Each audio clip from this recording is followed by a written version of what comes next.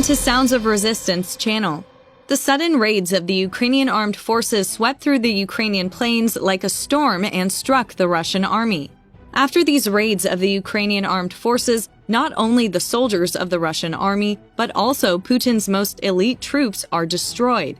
Since the beginning of the war, many units fighting in the Russian ranks, from Spetsnaz to the most famous Russian elite unit, the Wagner Elite Soldier Group, one of the largest mercenaries in the world, and the VDV elite paratroopers, were destroyed as a result of the attacks of the Ukrainian armed forces. We know that for the last 2 months, the Wagner Group has had great difficulties in finding new soldiers, whose losses amounted to tens of thousands.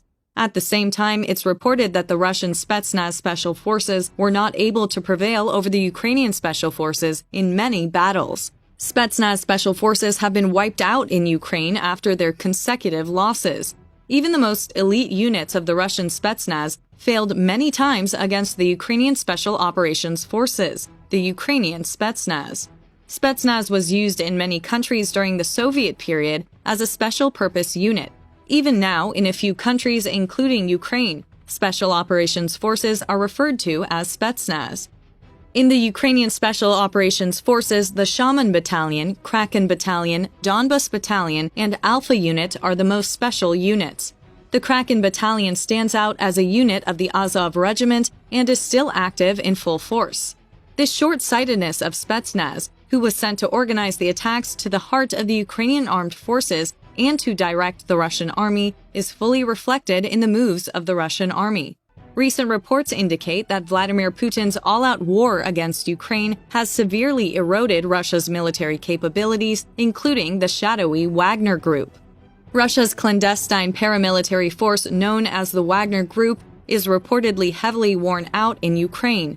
Alongside Vladimir Putin's desperate enlistment effort, Wagner's oligarch founder is known to recruit mercenaries directly from Russia's prisons, as the war in Ukraine has deprived the once elite group of men and morale. Wagner not only had to recruit the battle-hardened, experienced men they sought from the African action sites at the beginning of the war, but rather filled their ranks with people. Of course, this made a huge difference in their ability to make a difference on the field. They are not what they were when this war began. In a full-scale war and not the fighting force intended to function in Ukraine, it turned out to be damaging not only the larger regular army but also Ukraine. These organizations also ignited a new crisis in the Russian army. The fact that Russian army soldiers were paid much less than Wagner mercenaries and performed much more dangerous missions created great unrest in the army. Consisting of veterans of the Russian armed forces, Wagner fought in Libya, Syria, the Central African Republic, Mali, and other countries. It was created in 2014 after Russia annexed Ukraine's Crimean Peninsula and began supporting pro-Russian separatists in the Donbas region in eastern Ukraine.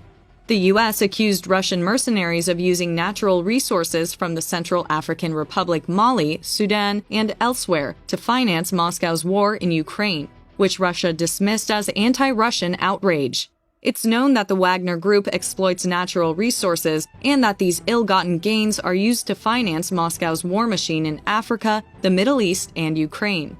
Make no mistake, people in Africa are paying a heavy price for the Wagner Group's exploitative practices and human rights violations. Linda Thomas-Greenfield, the U.S. ambassador to the United Nations, spoke at a UN Security Council meeting on financing armed groups through the illegal trade of natural resources in Africa. Evgeny Prigozhin, founder of the Wagner Group, recently broke ranks to openly criticize Russia's highest-ranking soldier. After a series of defeats on the battlefield in Ukraine, Prigozhin mocked the generals, saying that the army was full of nepotism and that the high-ranking officers should be scrapped from the ranks and sent barefoot to the front to atone for their sins.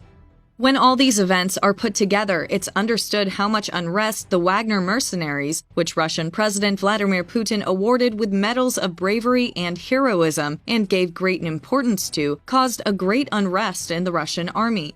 In particular, it's stated in intelligence reports that Russian officers complain about the undisciplined actions of the Wagner Group.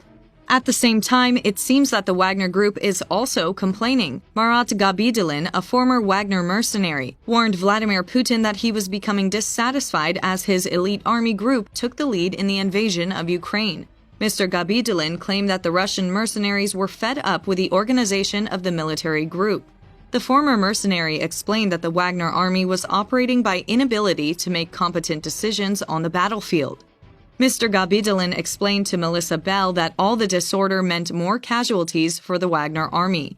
It has been reported that Putin has lost some 1,500 soldiers from the Wagner army so far, and that number will continue to rise throughout the ongoing offensive in Ukraine amid reports that the army does not have the proper military equipment.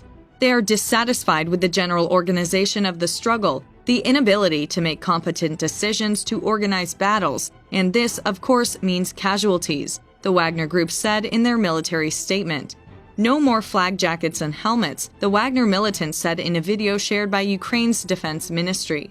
Putin is striving to win the war in Ukraine and is taking drastic measures to do so. The Russian dictator also called for 300,000 more Russian men to join the war in Ukraine last month, and many refused and fled the country as soon as the announcement was made. Putin also enlisted Russian prisoners to join the war. There are ongoing reports that Russian troops chose to surrender to the Ukrainian forces. Thousands of Russian soldiers surrendered to Ukraine in Kherson and Kharkiv. It's stated that this number increased much more with the novice Russian soldiers who came to the region after the mobilization. Russian soldiers are fleeing for their lives, and this is important to understand, but also coincides with this mobilization in Russia, where they clearly understand that there is a problem at the front where the Russians have these images. And they are not very motivated to go back there and recapture these territories as Putin believes they can achieve. Considering whether winter will have an impact on how the war will continue over the next few months, this will reportedly affect Russian soldiers much worse.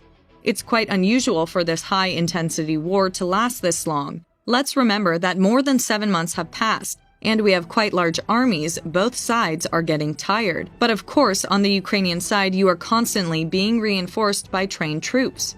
For the Russian army, the loss of elite soldiers, apart from reinforcements, represents a very sad situation. Vladimir Putin's army has suffered the loss of many specialist officers since February, when it began its bloody invasion of Ukraine. Russia has lost more than 900 eminent Kremlin military experts since the invasion of Ukraine began. These include special forces officers, sailors, and paratroopers. It's known that Russia spent years of effort and millions of dollars to train these experts from various regiments. Current estimates from the Ukrainian armed forces put the number around 48,350 soldiers. Although Putin made great efforts to compensate for these losses and caused great unrest on his own people, he could not find a solution. As the Russian army loses, Putin's desperation will increase. Thanks for watching.